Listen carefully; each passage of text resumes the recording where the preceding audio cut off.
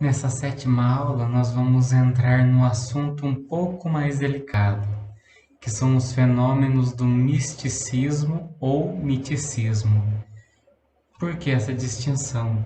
Porque quando nós falamos em misticismo, nós falamos com referência àquelas pessoas que, por uma vida mais entregue a Deus, com um sinônimo de santidade, de fidelidade, elas trazem alguns sinais.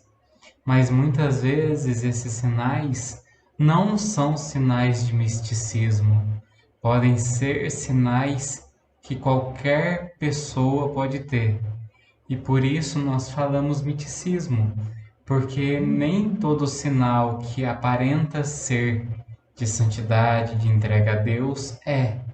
E pelo fato de nós vermos esses sinais e termos uma concepção errada, nós podemos acreditar que são fenômenos místicos, que não são.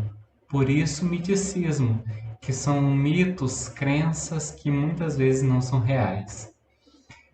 O primeiro deles é o estigma, o segundo, levitação, e o terceiro, inédia. Eu acredito que o menos conhecido, né, pelo termo em si é a inédia, mas nós vamos chegar lá. Primeiramente, o estigma.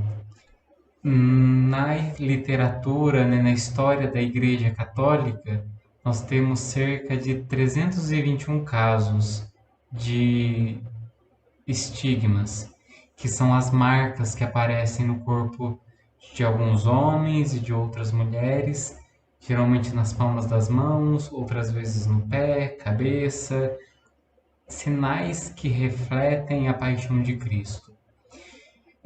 Esses fenômenos, eles começaram a acontecer com São Francisco de Assis, em 1200 e alguma coisa. Até então, nós não temos na história da Igreja Católica sinais, casos de estigmas, de pessoas que foram estigmatizadas.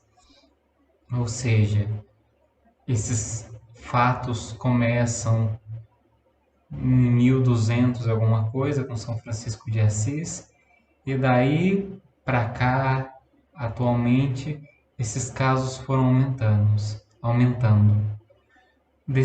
Dos 321 casos que nós temos na Igreja Católica, 41 deles são homens e 280 são mulheres.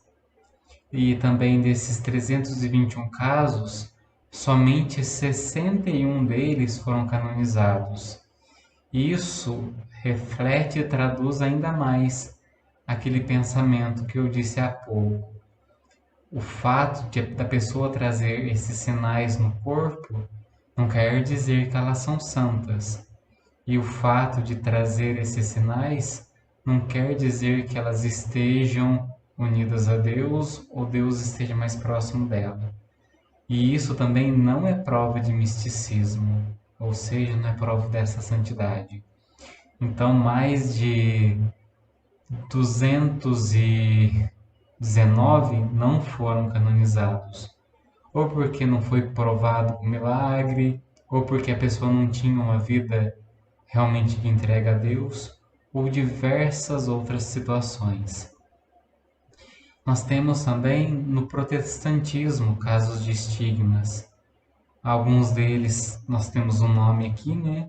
Arthur Otto Moke, Cloreta Robertson, que era uma protestante batista, Elizabeth, que foi o único nome dela que eu consegui, que foi luterano, que era um caso famoso entre os luteranos, e Helena Swart.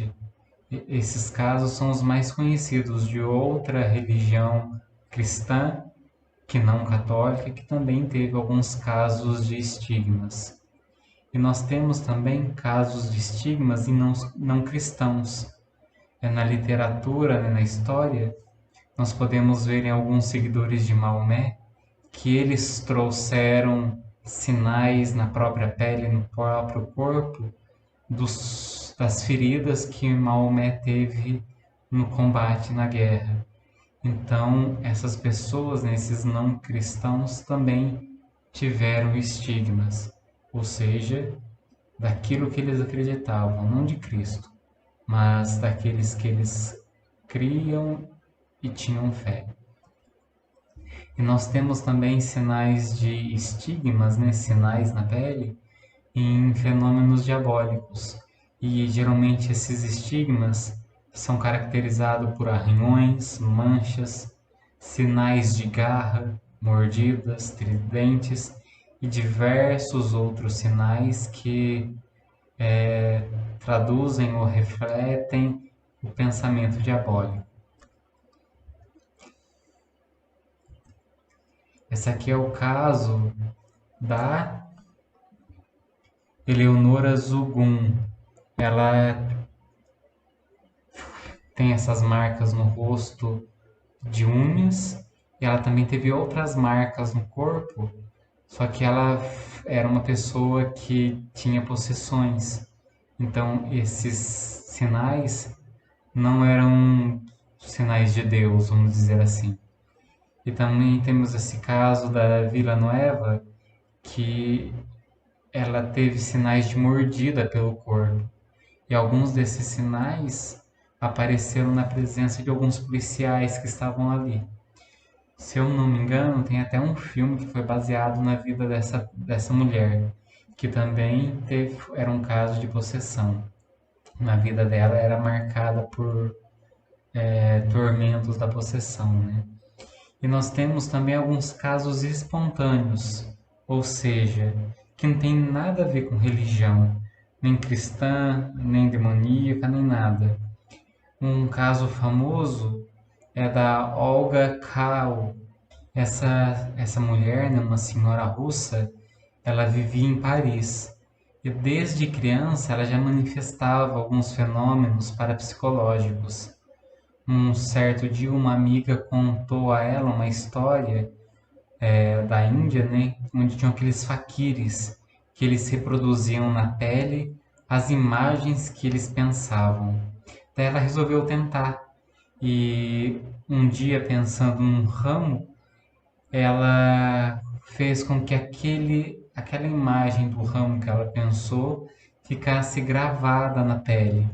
Isso durou alguns minutos e depois sumiu.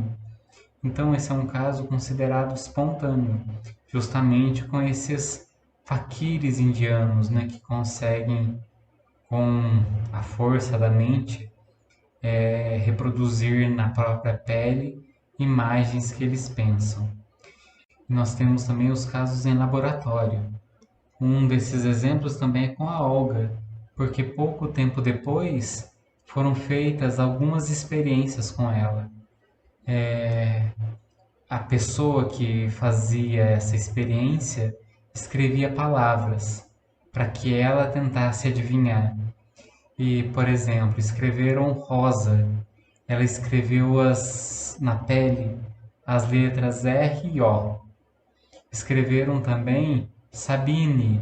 Ela pensou e escreveu na própria pele Sabe Ni. E também a palavra Francisco. Ela escreveu na pele Fran. E quando eu digo isso, essa experiência, né, eram pessoas que estavam longe dela. Os médicos, os estudiosos escreviam palavras, ela tinha que tentar adivinhar essa palavra e materializar essa palavra na pele. Então ela conseguiu fazer esses testes, né? Essas adivinhações que foram gravadas na pele. No link aqui desse vídeo tem um artigo que está em outra língua, agora não me lembro qual língua, que fala bastante, né, desse exemplo dessa pessoa que conseguiu, né, esses fenômenos. Nós temos também casos em fetos. Esses casos em fetos, eu acredito que muitos já ouviram contos, casos, né, de uma mulher que durante a gestação ficou com medo de alguma coisa e aquele medo passou para a criança de alguma forma. não só trauma, como nós já sabemos, mas passou através da pele. Tem até aquele ditado, né? Quando a mulher está grávida, ela não pode passar vontade, porque senão a criança vai nascer com a cara daquilo que a mulher ficou com vontade, né? Eu conheci uma pessoa que tinha uma silhueta de um caranguejo na perna, na coxa. Então, quando ela tomava sol e a perna bronzeava, aparecia certinho o caranguejo. E isso aconteceu porque a mãe, quando estava grávida, levou um susto com um caranguejo na praia, tacou a mão na perna e no lugar exato que a mãe está com a mão na perna, gravou essa imagem na perna da criança. E nós temos também casos em animais, gatos que nasceram com numeração na pelagem, nos pelos, vacas que também trazem na pigmentação da pele, do pelo, alguns sinais. E tudo isso prova, né, de que o psiquismo pode gerar isso, de tantas e tantas formas. E diante desses exemplos em diversas religiões, nós temos que trazer duas reflexões. A primeira, existem causas desses estigmas que são naturais, como feridas ocorridas no momento do êxtase, no momento de. Nas causas naturais, existem feridas que podem acontecer realmente no momento ali do êxtase, no momento do transe. Feridas essas que são inconscientes, ou seja, sem a intenção da pessoa de causá-las. Às vezes pode ser uma causa natural, gerada por uma queda, um tombo. Se a pessoa estiver sozinha, às vezes ela pode se bater num, como que chama? Numa convulsão e após acordar ela pode identificar aquele machucado, aquela ferida como algo sobrenatural, que às vezes não é, ou simplesmente o inconsciente ali no momento de êxtase faz com que o corpo seja gravado com sinais que a pessoa ali tem tanto amor e tanta devoção. Por isso que nos casos que nós temos da Igreja Católica, muitos deles, que são casos que acontecem em momentos de êxtase, mostra unicamente a devoção da pessoa, o desejo daquela pessoa em unir os seus sofrimentos aos sofrimentos de Cristo, o desejo de consolar e amar Jesus. Existem também os casos fraudulentos, onde existem diversas técnicas de produzir cicatrizes, inclusive com aparências de antiga, usando agulhas, pregos cortantes, líquidos corrosivos, metais, fricção com um pedaço de chumbo com nitrato de prata. Olha as ideias do povo, né? Mas existem diversas formas de produzir feridas e chagas no corpo que foram e ainda são usadas por muita gente que quer enganar. Nós temos aqui um deles que é o caso dessa mulher, Maria da Conceição Mendes Horta. Ela é de Portugal. Ela começou com chaga na testa, eu se eu não me engano, tinha nas mãos também. E depois de ser analisada, ser submetida a exames, foi constatado que era fraude, que era mentira, que ela mesma provocava essas chagas. Mas ela continuou nas mentiras, né? E ela foi venerada por muita gente como santa já em vida. Isso já é errado. E nós temos os casos verdadeiros, né? Quando o corpo e a alma agem juntos. Aqui nós vemos que o homem ele é psíquica e fisicamente unido. A palavra impressiona o cérebro e este atua plenamente sobre o órgão, seja ele qual for. Estudiosos antigos como Avicena e Paracelso, eles tinham descoberto já naquela época que a imaginação poderia provocar os estigmas. É muito acertada a conclusão de todos eles. Se, como parece, basta a influência do psiquismo sobre o organismo, dizer que o fenômeno é raro ou mesmo raríssimo não é o mesmo que demonstrar que é milagroso. Ou seja, o fato de um fenômeno ser raro não é a mesma coisa de dizer que ele é milagroso. Pode ser raro e mesmo assim ser, né, algo natural, algo que está no âmbito humano apenas, não divino. E o que a parapsicologia fala disso, né? Primeiramente, a parapsicologia fala sobre a ideoplastia, que é plasmar uma ideia, e a dermografia, que é a escrita plasmada na pele. Então, a parapsicologia explica o estigma nesses dois pontos: a ideoplastia e a dermografia, onde a pessoa ela pensa, plasma uma ideia e essa ideia é escrita na pele. Existem também mais alguns argumentos a favor da explicação natural desse fenômeno, né, da estigmatização. O primeiro deles é a histeria e, em muitos casos, também a neurose que ocorre nessas pessoas. Nós vemos que nos 321 casos, a grande maioria deles são mulheres. Ou seja, as mulheres elas são mais sugestionáveis e sujeitas à histeria ou distúrbios hormonais. Nós vemos isso na literatura da psiquiatria. O, a maior quantidade de casos de pessoas histéricas são mulheres.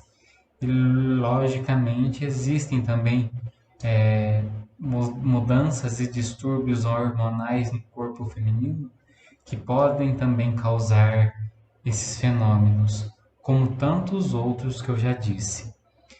E é interessante também o fato de que só a partir de São Francisco de Assis é que começaram a aparecer esses estigmatizados.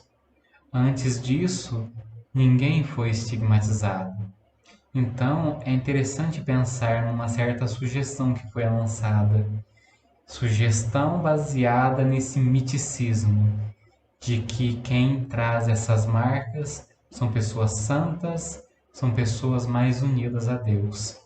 Então, num ataque de histeria, por não aceitação de suas fraquezas, de suas misérias, a pessoa pode gerar isso inconscientemente, involuntariamente, tudo aquilo que nós falamos lá atrás, se eu não me engano, na primeira aula, para que esse sofrimento físico alivie o sofrimento interior.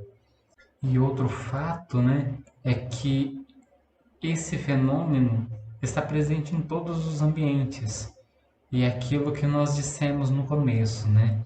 Se podemos explicar algo pelo menos, não devemos tentar explicá-lo pelo mais. Um outro caso que foi averiguado nesses católicos, né, principalmente que receberam os estigmas, era a vaidade, a falsa humildade. Não digo todos, mas muitos deles se faziam de falso humilde.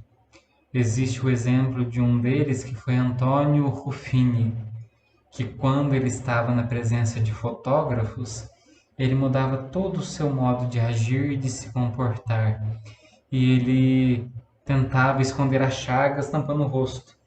Então aparecia as chagas, né, nas fotos. E tudo isso representa essa falsa humildade, essa não santidade, né? Então são sinais que favorecem essa naturalidade do fenômeno. E quando eu cito essa pessoa, né, eu não digo que ela causou, mas pode ser um fenômeno do psiquismo que gerou aquilo. Nós temos agora o segundo caso, que é o caso da levitação. É o mais raro e espantoso de todos, porque quando esse fenômeno ocorre, ele é muito difícil de ser adulterado, porque geralmente quando esse fenômeno acontece, é possível verificar se aquilo realmente é um transe, é um êxtase onde a pessoa levita, ou se ela está de alguma forma apoiada, ou se tem algum instrumento favorecendo aquilo. É difícil ser adulterado, mas não é impossível. Nós temos vários casos de mágicos, de ilusionistas que fazem isso com uma naturalidade, uma espontaneidade magnífica, que é de ficar boquiaberto. Eu não sei se eu vou achar, mas se eu achar, eu vou deixar um vídeo aqui de um grande mágico que faz um desses números, que é de ficar esbabacado, né? E é um número, é um truque, é uma ilusão. Mas quando você presencia aquilo realmente, é difícil ser adulterado, é difícil ser falsificado. E esse fenômeno também, ele é encontrado em vários ambientes. Nós temos o famoso caso do espírita chamado Daniel. Ele praticamente em todas as sessões que ele estava presente, ele levitava. Chegava ao ponto dele sair do prédio onde ele estava levitando, dar a volta por outra janela e entrar. E esse espírita, pouco tempo antes de morrer, ele fez a seguinte declaração: que o espiritismo era uma farsa.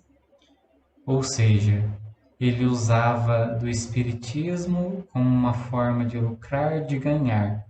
Eu não digo que esse fenômeno que aconteceu com ele foi falso, mas ele tinha essa capacidade de, quando estar em transe, levitar. Esse fenômeno, ele acontecia e ele acontece como uma ação da telergia. É como se o corpo da pessoa que estivesse em transe, ele ficasse um pouco mais leve um pouco mais leve por causa da ação da telergia e assim ele conseguisse se levitar. Tanqueray, ele é autor de várias obras místicas dentro do cristianismo. Ele opina que a levitação é exclusiva do catolicismo. Mas um pouco tempo depois, o Papa Bento XIV, em seus estudos, ele afirma que a levitação pode ocorrer pela ação de Deus ou pelo demônio. Ou seja, o demônio também pode fazer uma pessoa levitar. São José de Cupertino é um dos casos mais extraordinários de levitação. Ele tem cerca de 70 registros diferentes de levitação em sua vida. E como eu disse, né, existem algumas explicações que a parapsicologia dá, mas todas são especulações, porque a levitação ela ocorre, mas não tem como nomear exatamente quais fenômenos ocorrem ali. Podem acontecer vários, como uma espécie de fantasmogênese, onde há uma diminuição do peso corpóreo da pessoa, materializando algo em outro lugar, mas essa diminuição do peso acontece, e existe também essa força da telergia, né, que consegue aí levitar o próprio corpo. Esse é o vídeo que eu falava do mágico que levita. Esse é o vídeo de Copperfield. E olha para vocês verem, parece que realmente ele tá pulando ali. Esse truque, e é um truque, é uma mágica, é uma ilusão. Ele tá no palco com um cabo de aço bem fino amarrado ao corpo. Dá pra ver que a blusa que ele carrega de uma manga larga, né, favorece esse truque, essa mágica. Só que ele provavelmente treinou muito para fazer, ele tem um bom treino, uma boa força para conseguir realizar tudo isso. Mas é um truque, uma mágica, não é realmente uma levitação. Se alguém tivesse ali, pudesse ali fazer testes, passar por volta ali para compreender, né, ver os truques. E olha para vocês verem, eles passam aros, círculos em volta dele e nada acontece. Ele continua, mas como eu disse, é um truque, uma mágica, não é real.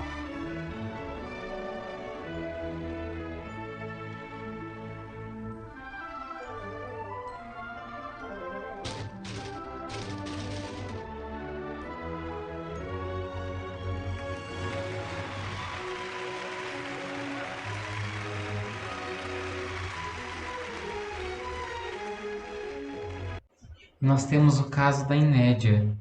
A inédia é o viver sem comer.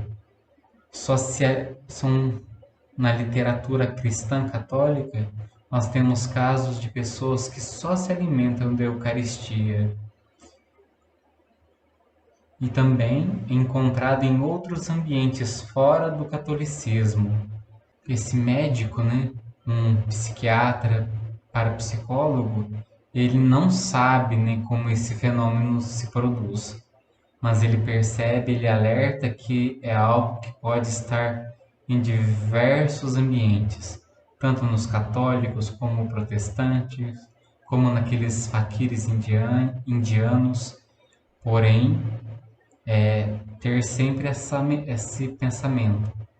Não é algo exclusivo do catolicismo, não é algo que é sinal de santidade, mas é um fenômeno que pode acontecer em diversos ambientes. A Inédia ela é quase exclusivamente feminino. Entra naquilo que nós já falamos sobre distúrbios hormonais e histeria, mas também pode ter uma origem traumática. A inédia também ela é semelhante ao processo de hibernação dos ursos ou de alguns animais, como as tartarugas, que comem bastante no período da primavera, verão, e no inverno elas hibernam, dormem por meses a fio. E nesse caso também acontece isso. Geralmente quem tem esse fenômeno, que para de comer ou come o mínimo possível, ou quase nada, ou só Eucaristia, são pessoas que vivem praticamente no estado de hibernação. Elas vivem só deitadas, elas sentem muito frio e muito calor, ou seja, o corpo ele não corresponde às necessidades físicas, hormonais, ele não se protege, ele não consegue ter os meios de sobrevivência. Então ele precisa ter um lugar climatizado, precisa ter aquecimento. Então é como se o corpo entrasse nesse estado de hibernação, de economia. E aos poucos a pessoa ela vai definhando, ela vai emagrecendo. E muitas vezes acontece a anorexia.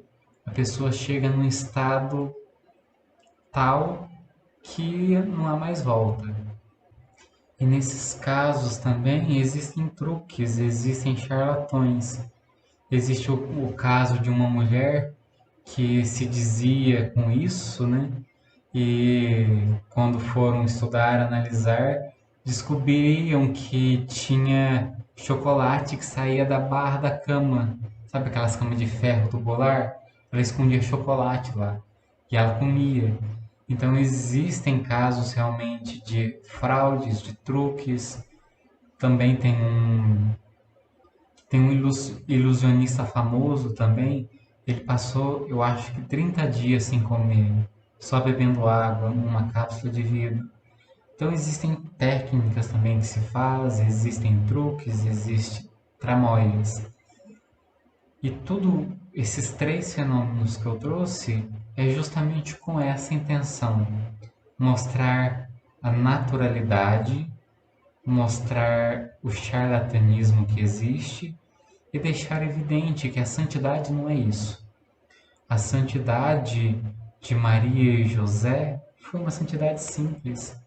E muitas vezes nós podemos considerar somente as coisas grandiosas como sinais de santidade e não são. Na próxima aula, nós vamos falar dos fenômenos supranormais, onde realmente acontece algo que a ciência não explica, não entende e não é possível ser replicado, não é possível ser falsificado. Então, até a próxima aula.